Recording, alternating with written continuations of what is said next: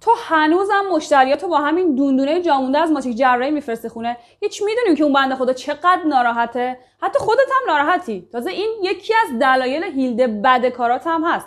بدرنگی کارات هم هست که خب آخر ویدیو برات توضیح میدم.